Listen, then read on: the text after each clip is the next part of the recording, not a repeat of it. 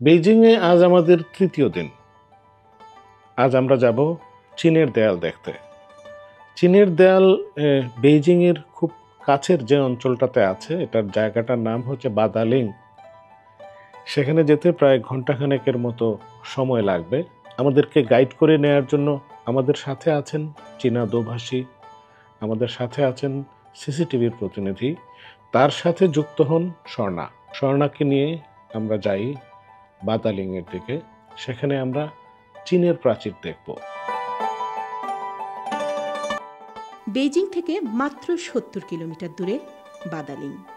এর অর্থ হচ্ছে যেখান থেকে সকল দিকের নির্দেশনা দেয়া হয়। বাদালিংয়ের এই অঞ্চলের দেয়ালটি বানানো হয় ১৫০৫ সালে। প্রায় ২০০০ ফুট পাহাড়ের উপর এই দেয়ালের গড় উচ্চতা ২৩ ফুট, নিচের দিকে ২০ ফুট আর উপরে ১৮ ফুট প্রশস্ততা নিয়ে ১২ ফুট পুরু এই প্রাচীর পাহাড় চূড়াগুলোর উপর ৭ মাইল লম্বা। এই বাদালিং অঞ্চলটি দিয়ে চীনের উত্তরাংশকে প্রতিরোধ করার জন্য ১৯টি ওয়াচ টাওয়ার বসানো ছিল। কেবল কারে চড়ে ২০০০ ফুট উপরের স্তরে এসে নামতেই মহাপ্রাচীরীয় আমেজে ভরে যায় অঞ্চল। This is Great Wall. It's just like a road to heaven. এই অঞ্চলের প্রাচীর বেশি দিন আগের নয়, মাত্র ৫০০ বছর আগে বানানো। সেই কারণে প্রাচীরের মালিন্য অত চোখে পড়ে না। তার উপর বেশ কিছু জায়গা মেরামতো করা হয়েছে।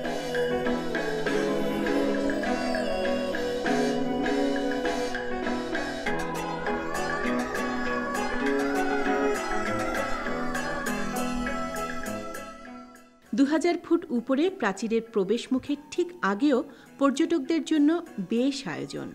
তা পেরিয়ে আমরা ঢুকে পড়ি মহাপ্রাচীরের ভেতর। একটি কথা আছে না, গ্রেট ওয়ালে না এসে আপনি একটি ছুমেন হবে না।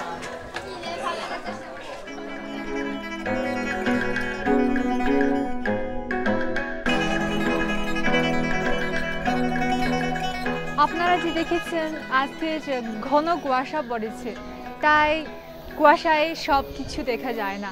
কিন্তু যদি কুয়াশা না থাকলে এই রোদের দিনে খুব স্পষ্টভাবে সারা প্রাচীর দেখতে পারে।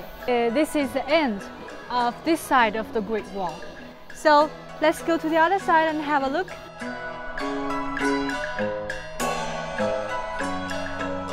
Don't think that climbing the Great Wall is an easy job. Or you will not see that when you climb the wall, you will be a hero. Very crowded. Follow me. এই যাওয়ার পথে একটু বিপদ মনে করি। When you are climbing, better hold this. একটু পাশ থেকে মহাপ্রাচীরকে দেখলে এমন দেখায় যেন একটা অজগর শরীরটাকে এলিয়ে দিয়ে অলস পড়ে আছে মহাকাল ধরে। এটাকেই চৈনিকরা ড্রাগনের সাথে তুলনা করে। ড্রাগন চৈনিক পৌরাণিক উপাখ্যানের একটি প্রাণী মাত্র। আদিকালে চীনাদের বিশ্বাস ছিল এই ড্রাগনই প্রাচুর্য, উন্নতি আর সৌভাগ্যকে নিয়ন্ত্রণ করত। এমন ঘন কুয়াশার দিনে কোনো কোনো জায়গা থেকে মনে হয় যেন মহাপ্রাচীর মেঘের উপর দিয়ে ভেসে ভেসে আকাশের সাথে মিশে গেছে।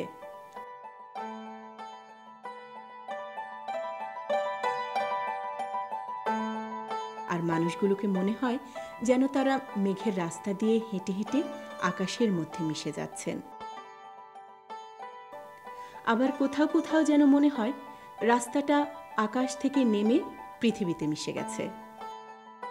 চীনের উত্তরাঞ্চলের পূর্ব থেকে পশ্চিম প্রান্ত বরাবর ৫,০০০ কিলোমিটারের এই ইটের বেড়াটি চীনের মরুভূমি, পাহাড় আর বনাঞ্চলের উপর দিয়ে যেন একটা ড্রাগনের আকার নিয়ে দাঁড়িয়ে।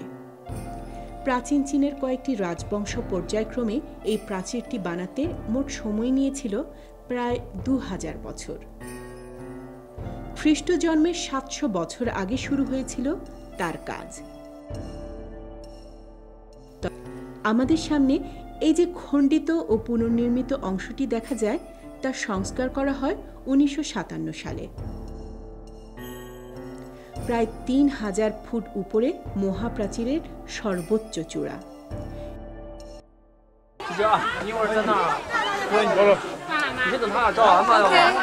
This is 好汉坡 আপনি এখানে উঠলেন মানে আপনি একজন হিরো হয়েছেন। আচ্ছা, আপনারা এই যে এই টাওয়ার দেখেছেন, এই গ্রিড বলে এই নির্দিষ্ট কি ডিস্টেন্সে এরকম টাওয়ার আছে। এই প্রাচীর জুড়ে অনেকগুলো সিগন্যাল টাওয়ার। সৈন্যদের মধ্যে নানা রকম সংকেত আদান প্রদানের জন্য ছিল এসবের আয়োজন। দিনে ধোঁয়া আর রাতে আগুন জ্বালিয়ে দূরের ব্যারাককে সৈন্যদের সংকেত পাঠানোর কাজে এগুলো ব্যবহার করা হতো। প্রাচীরের উপর বর্গাকৃতির ইটের স্ল্যাব বসিয়ে বানানো রাস্তা। এই রাস্তা দিয়ে 6টি ঘোড়া পাশাপাশি দৌড়াতে পারত।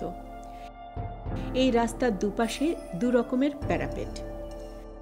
বাইরের দিকে 6 ফুট উঁচু এই প্যারাপেট দিয়ে দেখা যেত শত্রুর অবস্থান, দাগানো যেত বন্দুকের গুলি। ভেতরের পাশের প্যারাপেট 3 ফুট উঁচু। ঘোড়ারা যাতে পাহাড় থেকে পড়ে না যায় তার জন্য এই প্যারাপেটের ব্যবস্থা।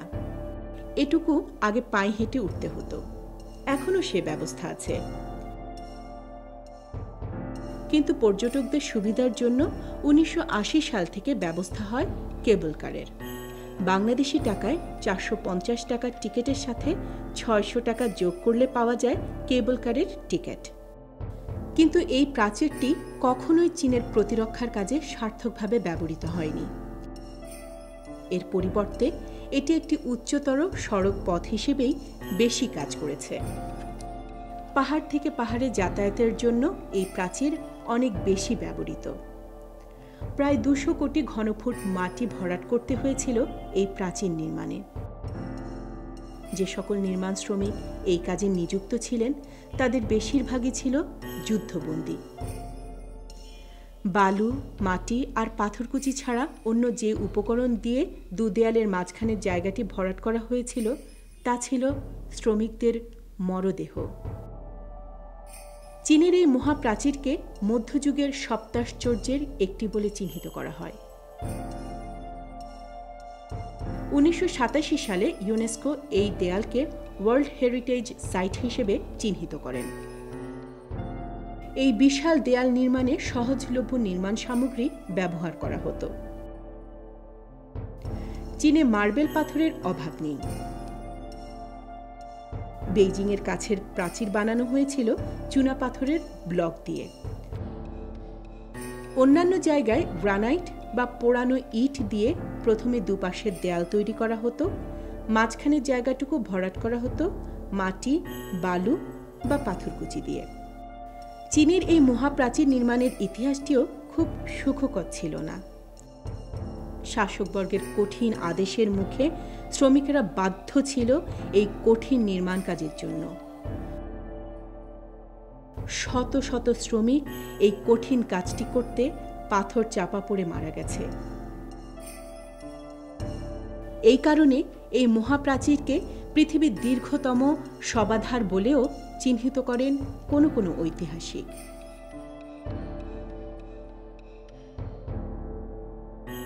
কিন্তু ইতিহাস সাক্ষ্য দেয় যে বিশেষ কারণে এই প্রাচীর বানানো হয়েছিল তা কিন্তু পুরোপুরি সফল হয়নি।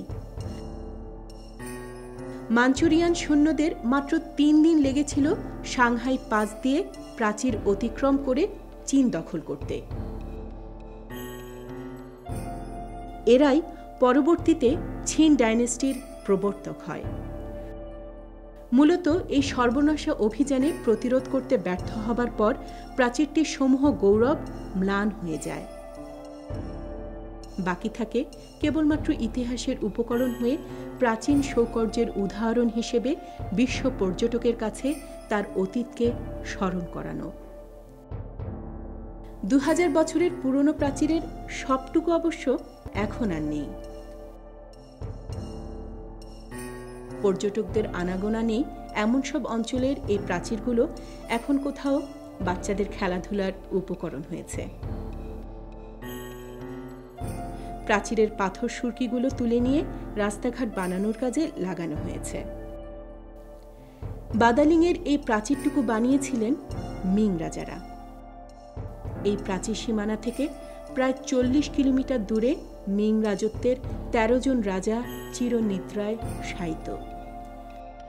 এখানে 13 জন মিং সম্রাটের সমাধি আছে এবং এই সমাধিগুলো একসময় মানুষের লোকচক্ষুর আড়ালে ছিল, কারণ মাটি থেকে প্রায় 100 ফুট নিচে ছিল একটি প্রাসাদ, সমাধি প্রাসাদ, যে প্রাসাদের মধ্যে রাজাদের দেহভস্য এবং শুধু রাজা না, রাজাদের সাথে তার রানীর এবং তার যে সকল উপপত্নী ছিলেন, বিশেষ করে প্রিয় উপপত্নীগুলো ছিলেন, তাদেরকেও পুড়িয়ে মেরে তার সাথে তাদের ছাইগুলো যেখানে রাখা হতো, তার একটি বছর 50 আগে চীনা প্রত্নতাত্ত্বিকেরা মাটি খুঁড়ে বের করেছেন।